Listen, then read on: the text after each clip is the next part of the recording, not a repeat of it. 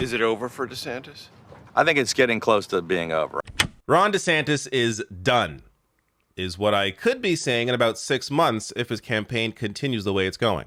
So he's not doing very well right now against Donald Trump in the Republican primary for the Republican nomination. And I'm going to go over maybe some reasons as to why. I'm going to show you some polls. I'm going to get to a clip of a former Republican governor breaking down why he thinks Ron DeSantis is doing terrible, and then some other stuff. So let me first start with the poll averages here. This is from Real Clear Politics, and they break down each of the polls coming out. So, I mean, we can go down the list. DeSantis, just to be clear, has won not a single poll against Trump. He is well below him. Here's Emerson, 59-21. Trump, DeSantis. Yahoo News, Trump 48, DeSantis 24. 47, 26, 59, 14, 53, 17. Anyways, I want to show you this. This is the trend over time. And DeSantis announced his run at the end of May. So let me scroll down here to that date. So at the end of May, DeSantis, you see there in green. So around here is when he announced the 24th. And there was, to be fair, a little bit of an uptick. But look at how far DeSantis had fallen already from before he had announced. So this is already the biggest sign that DeSantis is screwed. To give you an idea, back in 2016, in the Democratic primary, Bernie Sanders, when he announced, he was at something like 5% in the polls. And he gained every single week until almost beating Hillary Clinton in 2016. DeSantis is taking the opposite route. He's up in the polls 30% and has only gotten further and further down as Trump has increased his support. So even though there is some up and down over time here, as you can see, DeSantis is still well below where he was before he announced, and Trump is well above where he was before DeSantis announced. Going again to the trend here that does not look good for DeSantis. And as it currently stands, Trump's sitting at 52.2 to DeSantis at 21.4. Now, there's also the 538 weighted average. So they take a bunch of polls, and based on the history and accuracy of those polls, they weight them differently. And they come to a similar conclusion as Real Clear Politics. So Trump at 52.5 and DeSantis at 21.3. And again, you see the trend here. DeSantis trending downward as Trump trends upward. Despite the indictment, despite everything else going on, Trump's still well above anybody else in the Republican primary.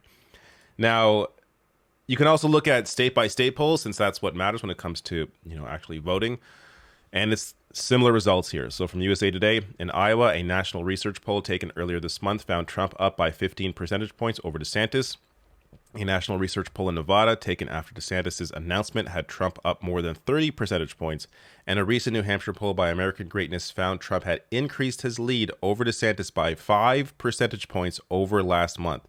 The former president now leads the governor 44% to 12%, according to the poll. So a few examples there of some potential battleground Republican states for the primary, and it's not even close. Now let me get to former Republican Governor Larry Hogan of Maryland, and I think he makes some really good points here as to why Ron DeSantis is doing so poorly. As you look at the Republican field, Governor, evaluate Ron DeSantis so far. I think DeSantis has really underperformed. He started out, and we've seen this happen before in other races, but he was the one getting all the attention. He was wall-to-wall coverage on Fox News. He was the only one other than Trump that was really getting a lot of attention. He raised a ton of money. He was a fairly successful governor in a big state who got reelected. And then he started making all kinds of mistakes. I think the campaign is one of the worst I've seen so far, and he's dropped like a rock. And so I think people started to say, well, maybe we're willing to consider someone other than Trump.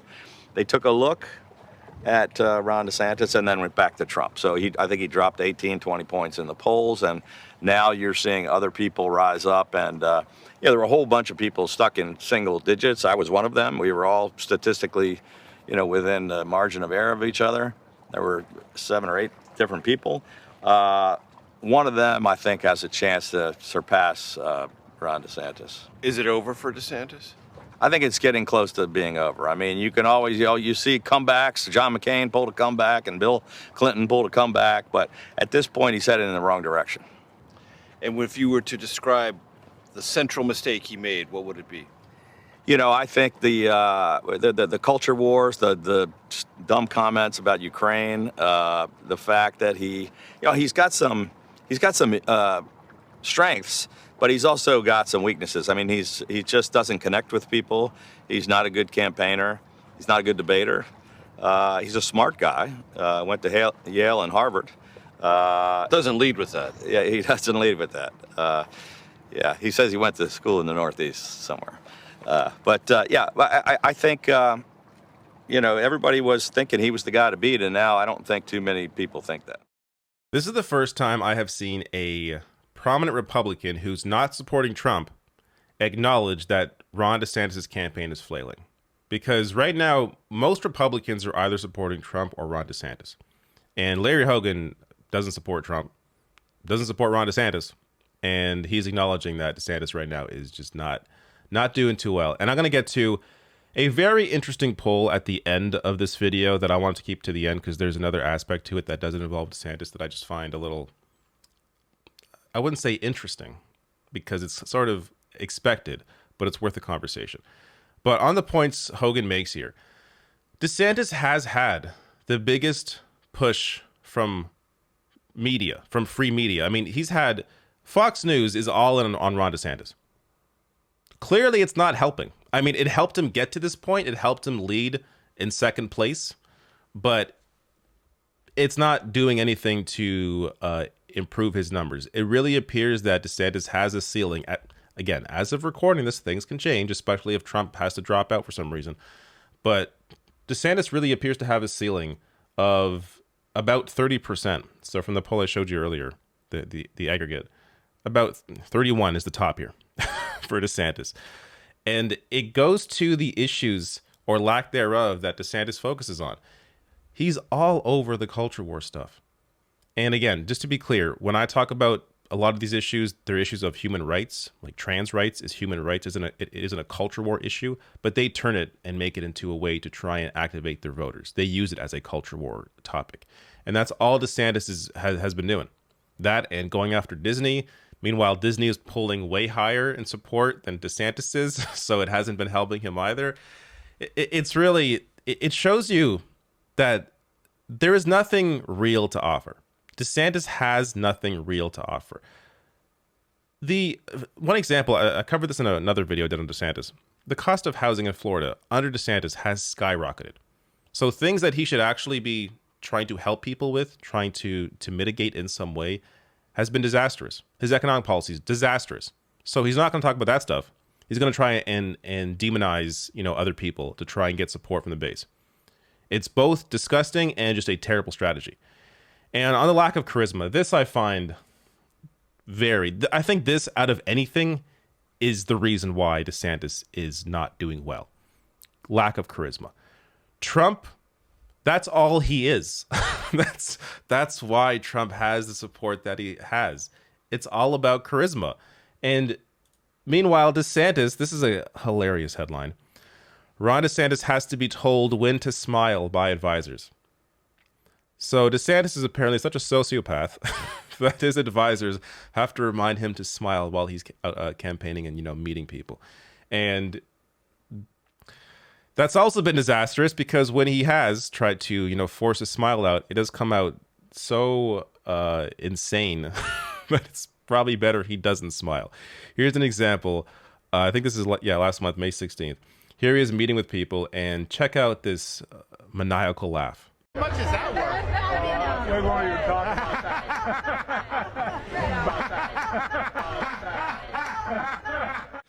Now, look, I got to be honest. While this is hilarious, I don't think I would have caught this or even thought anything of it if it didn't make headlines. This is why this matters, is because this crap makes headlines. Check out this. This photo was all over every single news organization the moment it happened because it comes off as very phony. That's ultimately why this does matter, is because Ron DeSantis is incredibly fake. He's not able to perform in the same way that Trump can. He really comes off as your typical politician. He's the exact person that Republicans hate. That's the exact person why they voted against people like him and voted for Trump. So to just have another version of that, this is not going to attract voters. Again, unless Trump is behind bars or like physically not in the race. I can't imagine DeSantis overtaking Trump in any way, as long as Trump's in the race. But from USA Today, beyond polling, DeSantis' early presidential campaign has shown Americans a man who doesn't seem to enjoy presidential campaigning and who struggles to laugh in a way that replicates traditional human behavior. One of my favorite lines. Recently, a couple dozen people gathered outside Walt Disney World in Orlando, carrying signs supporting DeSantis. This would seem good, but others in the group were waving swastika flags, making the whole affair what political strategists likely call a bit too Nazi-ish. Yeah, so this is the darker side of, I wouldn't even just say the DeSantis campaign. This is the Republican Party. But, you know, his supporters are clearly unafraid of showing who they really are. Now, some other polls here. This shows you that there is actually potentially a benefit to Republicans if they chose DeSantis over Trump. But I'm going to get to some conflicting polling in a second here that may disagree with this. But as New York Post writes here, and of course New York Post, like Fox News, they're all in with DeSantis. Governor Ron DeSantis fares better against President Biden than Donald Trump in the 2024 contest for the White House, a new poll found. Biden dispatches all of his potential Republican foes except DeSantis, whom he trails 43% to 44%, well within the margin of error. Other polls have shown similar results, with the Florida governor topping Biden by 1.3 percentage points, according to the latest Real Clear Politics aggregate. So DeSantis is faring better against Biden than Trump is, for most polls. But this one came out, I believe, today. Yes, today, the 22nd. National poll from Emerson here. Emerson is a fairly good pollster. Biden, 44% to Trump at 43%. Biden at 43 to DeSantis at 37. So this shows you that while Biden loses some support here, and again, these are national polls, so we all know the president is not decided by the national vote, the popular vote, even though it should be. But even though Biden here drops compared to him against Trump, you see here the move to someone else, showing you that there is at least a good percentage of Trump voters that are not going to vote for anybody else except Donald Trump, which really is great news for Democrats. Joe Biden right now has to, I mean, this is all he can bet on because he hasn't done much else. All he can bet on is how unpopular Republicans are, and that Trump is, based on polling, is unlikely to defeat Biden because of the built-in anti-Trump vote. Trump simply existing in the race will bring people out to vote against him. But at the same time, if Trump is not in the race, a lot of Republicans aren't going to vote. So Biden benefits either way. Now, again, things can change. The actual, general election is more than a year away. But as things stand right now, it is good news for Democrats because there is very little else helping them at the moment, considering both the split Congress, but also the fact that Biden didn't do nearly enough what he could have done in his first first couple of years. But that's a whole different discussion. This is the last poll I want to end on here. This is worth noting. Biden, 44%, Trump, 43%. When you include Cordell West, who's now running as a Green Party candidate, so he will be able to run in most states. Trump, 41, Biden, 40, Cornel West, 6. Now, I have to wonder, as we get closer to a general in battleground states, you wonder how many people are actually going to risk that vote. Look, if you're in like New York or California, go and vote for Cornel West. Why wouldn't you? Your state's going to go Democrat anyways. You're not risking anything. But I don't know. If you're Pennsylvania, if you're in Michigan, if you're in some of these closer states, Arizona, I don't know. It's going to be, personally, I would vote against fascism. That's voting is a tool. Voting isn't the best representation of yourself and all your hopes and dreams. It is simply a tool. How best can you use this tool? So if you're in a place like California, New York, you're lucky. You can feel good about your vote while also voting for someone who you want to vote for. Whereas you have to think about how to best to use your tool when you're in a battleground state. But we are so far off from this that it feels weird even discussing, the impact of a potential third party at this point. All I know is that DeSantis sucks, and I am enjoying his crashing and burning. But can things change? What do you think?